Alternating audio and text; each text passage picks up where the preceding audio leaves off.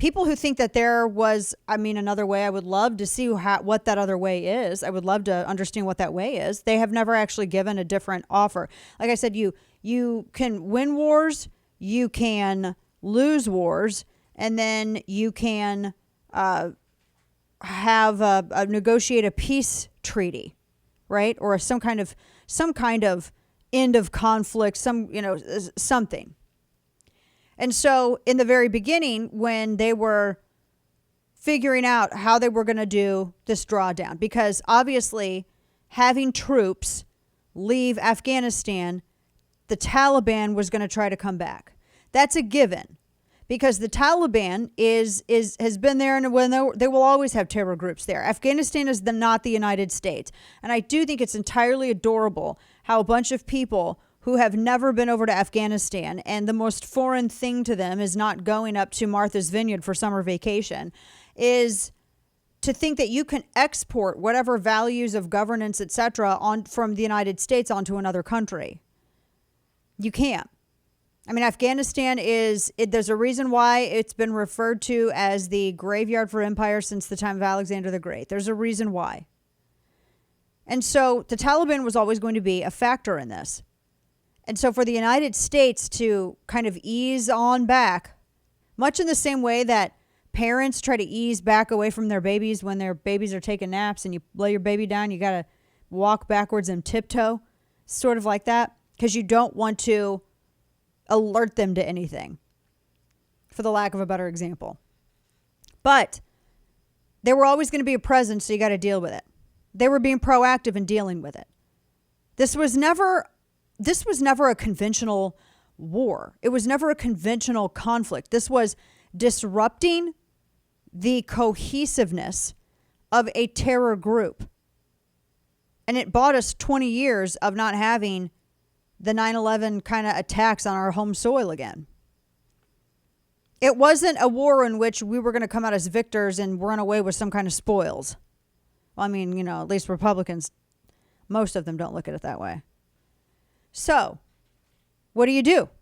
You have to enter into conversations with people that are not people you want to have conversations with. This is part of your job as a politician. This is part of your job as a diplomat. What else are you going to do? Taliban are going to be there forever.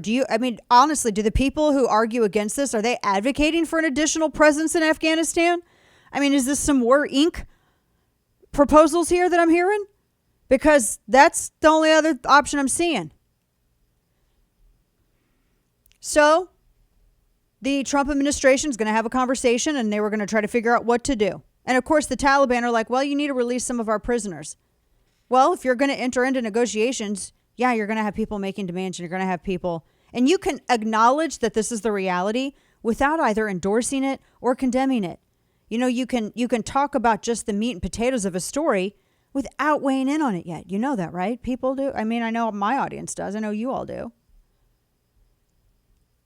Now, there were people who were saying, oh, well, it was a sham discussion. It was a sham everything. This was ridiculous. It shouldn't have ever happened. And I have some friends who wrote a lot of editorials about this. But at the same time, what is going to be the alternative?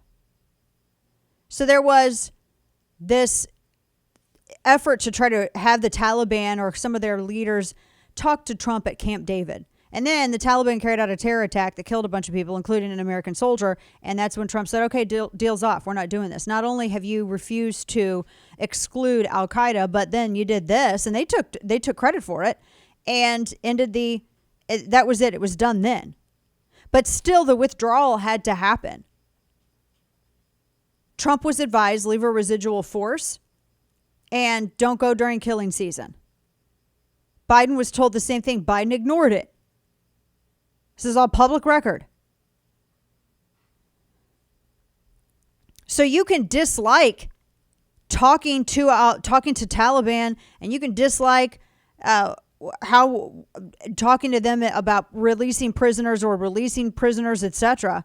What are the other options? To stay there? We had to go. You're not going to stay. You can't stay there and babysit a country that is not going to allow other governance to be imported into its borders. There is centuries of culture that defy republic governance. Anyone who thinks that is naive and too dumb for geopolitical discussions. So, what's the alternative? Stay there forever in Afghanistan? And continue to perpetuate this tension? I mean, I'm not sure. That's it. These people have never, ever given any alternatives. I'm all ears. What are they? But for Biden to sit here and act like he didn't have any culpability is insane. He had the most of anybody. Again, this was the guy, a senator, who voted for an unlimited authorized use of military force and to fund it. He voted for that as a senator. He supported it as a senator. He argued in favor of it on the Senate floor as a senator. As Vice President of the United States under Barack Obama, he prosecuted that war for 8 years. And as President of the United States, he foobarred it all up because he has the worst foreign policy instincts of almost any single person that has ever been in the White House. So he blames everybody else.